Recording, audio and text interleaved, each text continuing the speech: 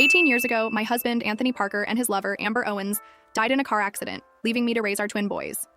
18 years had passed in a flash. I worked hard to raise them, and they were accepted into Ivy League colleges. On the day they received their acceptance letters, Anthony and Amber miraculously came back to me. Amber hugged Anthony, smiling. "Thanks to your efforts, my sons made it to the Ivy League colleges without you. We couldn't have enjoyed ourselves for so long." Anthony suggested divorcing me to reunite with Amber. Instead of crying, I smiled faintly. "Okay, Mom, we are admitted into the Ivy League colleges." I heard my sons, Micah and Maxwell, excitedly shouting in the study while I prepared dinner. "Mom, Micah and I are admitted into the Ivy League colleges." They rushed out and hugged me tightly. I looked at them, who were a head taller than me. With satisfaction, I said, "You both are amazing. I'm so proud of you." Since Anthony's death, I had raised 2 children alone for 18 years. Now, as they get admitted to top universities, my heart swells with joy. Back then, Anthony and Amber both died, leaving me with a pair of twins. Despite everyone's opposition, I insisted on keeping and raising the twins. 18 years passed in a flash, and the twins grew up. Through my unwavering efforts, they were admitted into the Ivy League colleges. Seeing them to be successful, I was particularly delighted. Thank you, Mom, for your years of hard work. And we wouldn't be who we are today without you. Micah and Maxwell were always filial. They understood my years of effort in raising them and promised that after graduation and securing good jobs, they would support me to enjoy my life. With their birthday just 2 days away, I considered how to celebrate. In the past, I always booked hotel rooms for their birthdays. But this year, I decided to combine it with their graduation party. For a bigger celebration, I booked a ballroom at one of the city's best hotels. At the same time, I shared the news that my 2 sons were admitted to Ivy League colleges in the family group chat. The group soon buzzed with excitement. Micah and Maxwell are so awesome. If Anthony knew how successful his sons were, he'd be at peace. I briefly skimmed the mess and posted the party location to the group. After that, I turned off my phone notifications and quietly awaited the celebration. The birthday party was set for 2 days later at 10:00 a.m. I arrived early at the hotel that morning to review the menu and ensure every detail of the party was perfect. Most attendees were relatives of the Parker family, but my parents were absent. Back then, I ignored their objections and insisted on adopting Anthony and Amber's children. When my parents found out, they were so angry that they almost had a heart attack. Even after so many years, they never understood why I chose to raise someone else's kids instead of leading a more secure life. Anthony's parents, Richard and Sophia, entered the hall, assisted by the crowd. They walked straight to table and sat down where Anthony's brother and sister sat with their families. There were 8 people seated at the main table. They surrounded my sons, and the seat was so full that there was no seat for me. "Hannah, what are you waiting for? Hurry and get Mom and Dad some water," Lydia called out, grabbing some snacks from the table. Lydia was Anthony's sister. She had endured an unhappy marriage and domestic abuse, and she was criticized for not being able to give birth to a son. Now, at 40 years old, she had given birth to a boy, which made her walk with a newfound confidence. Micah and Maxwell attempted to get up to help, but were restrained by Richard and Sophia. "Micah and Maxwell, come talk to me," Sophia urged. "Look at how handsome the boys are." Just like my Lydia said. "They look more like Amber to me," Anthony's brother remarked. Richard and Sophia glared at him fiercely, and he quickly shrank back into his seat, not daring to say a word. I moved between the tables, serving food and pouring wine. Micah and Maxwell couldn't bear it any longer and added a chair between them. They pushed me into my seat and said, "Mom, our birthday is your day of suffering. Sit down and take a rest." This prompted a shift in the room's atmosphere. Lydia smirked. "Hannah, my brother would be thrilled to see his son raised so well by you." Richard coughed lightly, effectively silencing her. "Hannah, today is such a nice day. I have something to discuss with you," Sophia said, her eyes sparkling. "Go ahead," I replied. Sophia continued, "And Maxwell are going off to college soon. It'll be empty for you in that 3-bedroom apartment. When they start school, Richard and I will move in, and I'll cook for you while you work." So that was her plan. My parents had initially put a down payment on the house I lived in, intending to add Anthony's name. 6 months into our marriage, he took a drive with Amber and had a fatal car accident, and both of them died. When I saw him again, he was just a handful of ashes. My parents had helped me pay the mortgage, so the property was solely in my name. Now, as my children grew up, Richard and Sophia were eyeing my house. I explained, "Mom, it's not that I won't let you live there. Micah and Maxwell will be studying abroad. That's why I've sold the house and will downsize to a 1-bedroom apartment, using the rest for their education." Richard's face turned pale. He slammed the table. "As a part of the Parker family, why don't you discuss such matters with us?" "I'm doing this for Anthony's children," I replied, feigning surprise. Richard continued, "What about the money from the house sale? You can give it to Sophia. She will save it for you. I'm worried about your extravagant spending. In the past, as long as I claimed it was for the children's benefit, they usually remained quiet. But today, Richard and Sophia's demeanor suggested I was now expendable, with my sons heading to college. Thinking of this, I said calmly, I've instructed my lawyer to deposit the money into a growth fund. Micah and Maxwell will receive $10,000 monthly until they turn. Richard's furrowed brow finally relaxed. At that, he said, good to see you're thinking ahead and leaving money for my grandchildren. You don't need to buy a house, just rent one and don't waste the money. As the chatter continued, the hotel manager approached and handed me the microphone. He said, today is your son's birthday and graduation party. As their mother, I'd like to ask you to share a few words and some insights. Taking the microphone, I began, thank you all for attending Maxwell and Micah's graduation party today. Today, my sons have been accepted into Ivy League colleges. It'll be a pity if their biological parents are not present on such a significant day. Before I could finish, a commotion interrupted me. A man and a woman entered arm in AR. I looked up and despite the 18 years that had passed, instantly recognized them. My late husband, Anthony, and his beloved Amber. The hall buzzed with murmurs. Richard and Sophia, seated at the main table, showed no excitement at seeing their son return from the dead. Instead, they calmly invited Amber to sit beside them. Anthony, who had been dead for 18 years, approached me. He said, Hannah, you may not be a good wife, but you've been a good mother. My sons, finally breaking free from their shock, looked confused. What's going on? Anthony pointed at Amber and said, Amber is your biological mother. Hannah couldn't have children if she hadn't refused to divorce me and threatened me to commit suicide. Back then, our family wouldn't have been torn apart. For before I could defend myself, the Parker family members turned to my sons.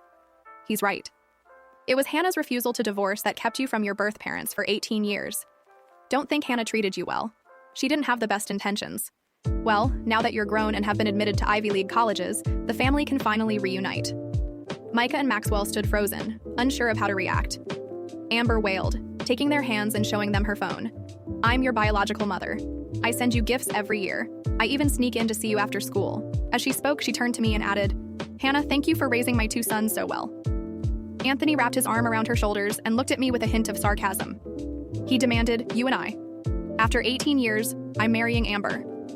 Everyone thought I would disagree, or even make a scene, but facing the discussions and inquiring eyes of dozens of people from the Parker family, I laughed. Okay, I agree. I'll file for divorce tomorrow and reunite your family. My words stunned the audience. They couldn't believe I would give away the sons I had raised for 18 years. Even Anthony and Amber stared at me in disbelief. They thought I would throw a tantrum and cry, but didn't expect me to agree so readily. Anthony looked at me in disbelief and asked puzzledly, Are you out of your mind? I replied directly, What? Not happy about it?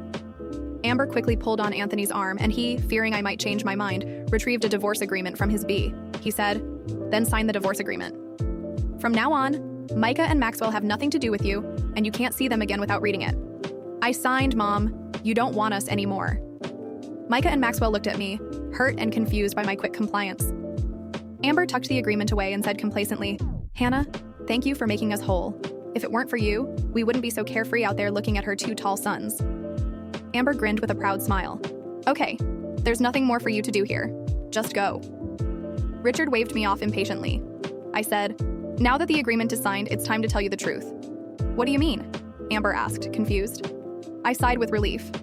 After 18 years, it finally over. I clapped my hands and called to the door, Come in. Moments later, two figures entered the hall. Start building on our API for free. Now that you've tested our AI models in the playground, you can start building your own applications on voice data via our API. Sign up to get your free API key and up to 416 free hours of speech to text. Two figures stepped into the hall, dressed in black suits and calm determination. One was a woman in her early 50s with sharp eyes and a confident stride. The other, a man with salt and pepper hair and a briefcase in hand. The crowd shifted uncomfortably. Who are they? Someone whispered. I turned to the Parker family, still seated like royalty around my sons. Let me introduce you, I said, voice steady. This is Judge Evelyn Morales, and this is my attorney, Mr. Lance Whitmore. Amber's smile faltered. Anthony's eyes narrowed. Why are there legal people here? What is this, Hannah? I took a deep breath, straightened my back, and said with a calmness honed by 18 years of quiet strength, You thought you were reclaiming a family, but in reality, I've been preparing for this moment for years. Evelyn stepped forward, holding a stack of documents. Mr. Parker, Ms. Owens, this is a court order and paternity report filed under sealed jurisdiction 18 years ago. It confirms that Micah and Maxwell are not your biological children. Silence fell like a hammer. Amber's mouth fell open. What are you talking about? Lance adjusted his glasses. After your deaths, Hannah had the embryos genetically tested. The results were never revealed to the Parker family due to the emotional trauma she endured, but the truth is, the embryos Anthony believed were his were not. Anthony's face turned white. That's impossible. No, I said softly. It's not. You and Amber were both sterile from the drug use and reckless lifestyle you lived. The doctor knew. He used anonymous donors. I found out when the boys were infants but decided not to tell you, thinking it wouldn't matter if you were dead. Amber stood up, trembling. You're lying. I'm not, and here's more. I nodded at Judge Morales, who handed folders to the Parkers. Inside are records of every bank transfer, every gift Amber sent under different names, evidence of her stalking the boys, taking photos near their schools without consent. It's all documented, Evelyn said, and as of today, a restraining order has been granted. You are to have no contact with Micah and Maxwell. Amber screamed, lunging forward, but 2 hotel security guards stepped in, holding her back. Anthony looked broken, eyes wild. You can't do this to us. I turned to Micah and Maxwell. Their faces were filled with a mix of shock and relief. I looked at them with tears in my eyes. You asked if I didn't want you anymore. The truth is, I've never stopped wanting you, but I had to protect you. I've been protecting you all your lives. Maxwell stepped forward, shaking his head in disbelief. You knew all this?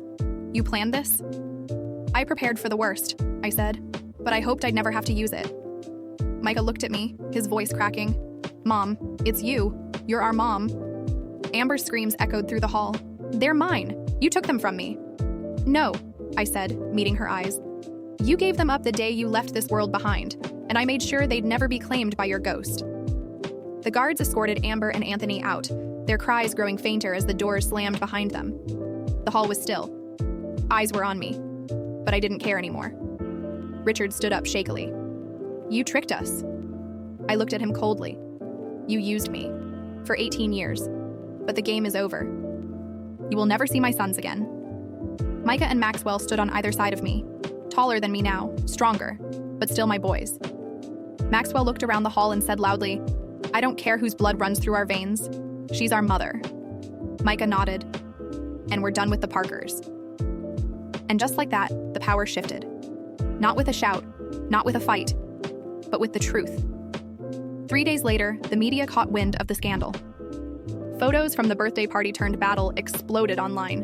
The Parker name, once revered in the city's business elite, became a mockery overnight. Investors pulled out, contracts were dropped.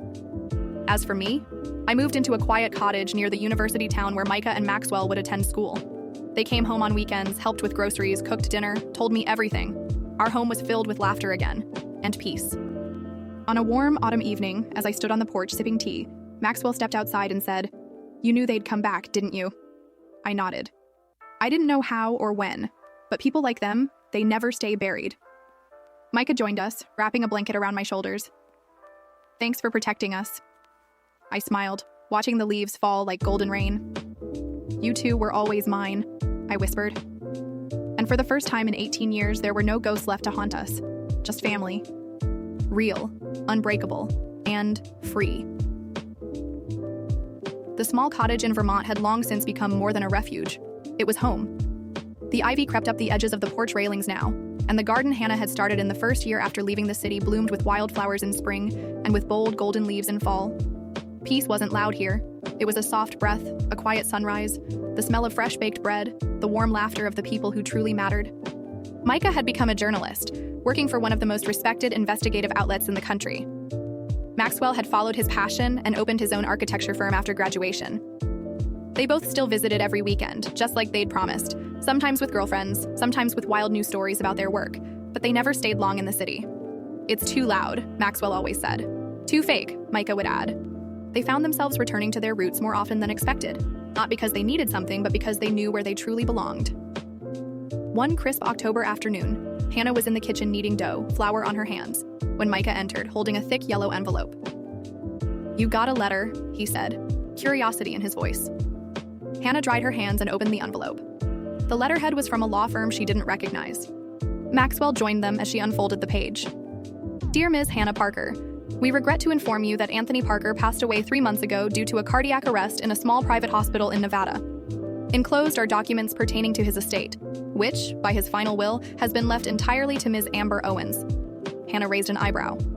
However, due to a pending lawsuit filed against both Mr. Parker and Ms. Owens for fraud, identity theft, and breach of contract regarding the misuse of corporate and family trust funds, the remaining estate is under federal investigation. The court requests your presence as a historical legal guardian and the individual who raised Micah and Maxwell Parker. She put the letter down. Her hands didn't shake. Her expression didn't change. Micah looked at her. Do you want to be involved? Hannah shook her head. There's nothing left of them to touch us. Maxwell leaned against the counter, folding his arms. I heard Amber fled the country when the charges came down. Last I checked, there was an active warrant out for her arrest. Some ghosts, Hannah said softly, bury themselves. The boys exchanged a look. Micah pulled out his phone and showed her a photo.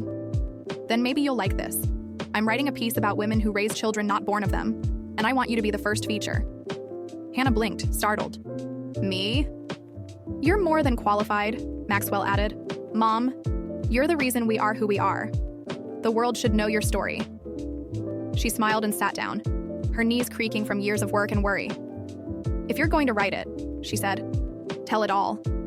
Even the ugly parts, especially the parts where I was scared. Micah nodded. That's exactly what makes you a hero. The fireplace crackled gently behind them. They spent the evening looking through old photo albums, birthdays, school plays, burnt Thanksgiving turkeys, snow angels.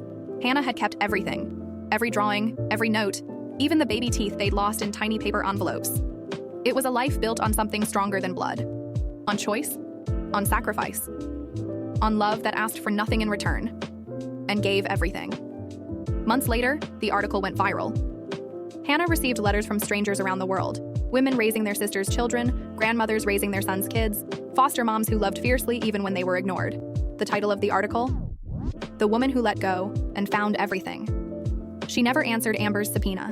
She never attended Anthony's funeral. No need. The chapter had closed long ago, but she did visit a grave, not Anthony's, but her parents'. As she laid flowers down, Micah stood beside her, his camera in hand. Maxwell stepped to her other side. The stone read simply, "In loving memory of Eleanor and Thomas Daniels, who taught their daughter to stand tall, even when standing alone." Hannah knelt and whispered, "I didn't do it perfectly, but I did it." And somehow, she felt the wind shift through the trees as if they'd answered, "Yes, you did." What? 3 weeks after the article went viral, a formal letter arrived, one not from the press or supporters, but from a private investigator. It was discreet, respectful, the tone was serious, and at the bottom, typed in clean, sharp font, was a line that changed everything. Your sons were never the only ones Anthony Parker left behind. Hannah sat in stunned silence, reading it twice, then again. The envelope contained a name, a location, and a DNA confirmation report. There had been a third child, one neither Anthony nor Amber had spoken of. A daughter, raised in secrecy, hidden from the Parker family, left in foster care after Amber gave birth while traveling abroad.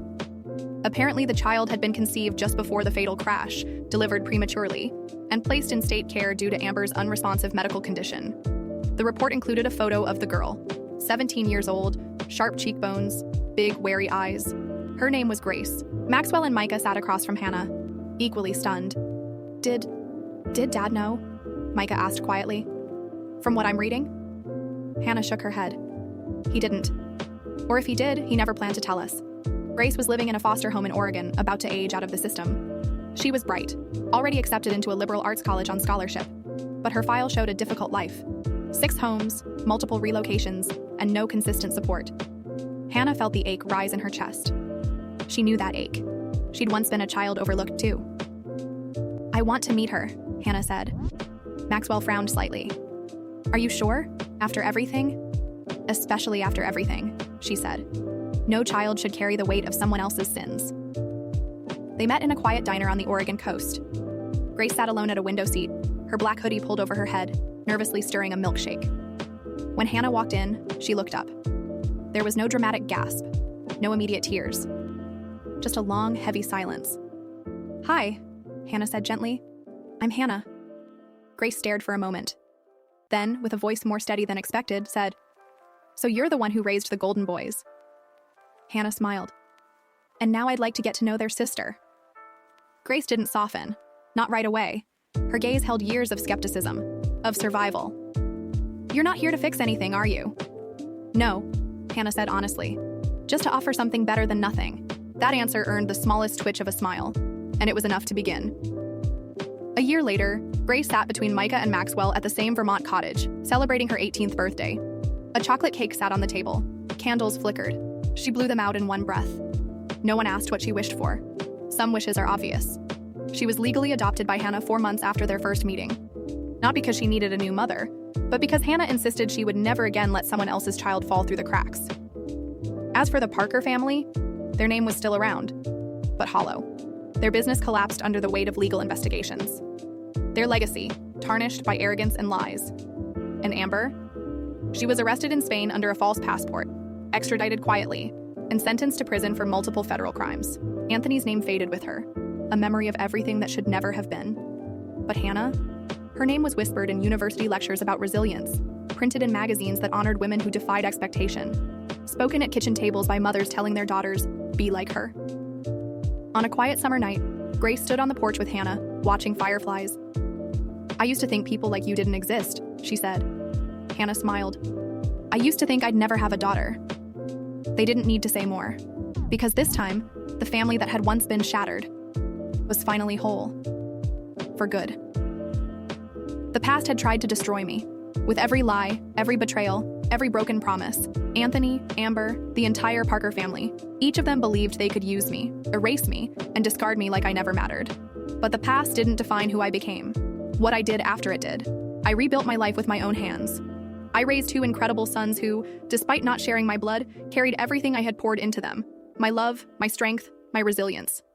And now, with Grace by my side, the daughter the world tried to hide from me, I had something even more powerful. Redemption. The family that betrayed me lost everything chasing power, appearances, and control. The family I chose, the one I nurtured with compassion and truth, flourished. One afternoon in the quiet garden of our Vermont cottage, Grace handed me a small envelope. Inside was a drawing she'd made. It was the 3 of us, Grace, Micah, and Maxwell, holding hands under a bright sun. Beneath the sketch, she'd written, "Family is who chooses to stay, especially when the whole world walks away." I framed that drawing, because that was the story that mattered. Not the lies the Parkers told, not Anthony's betrayal, not Amber's delusions, but the story of a woman who was betrayed, discarded, and humiliated, and still chose to love anyway. Now when the sunlight spills through our windows and I hear my children's laughter filling the rooms, I know this is my happy ending. Not the one I was promised, but the one I wrote for myself.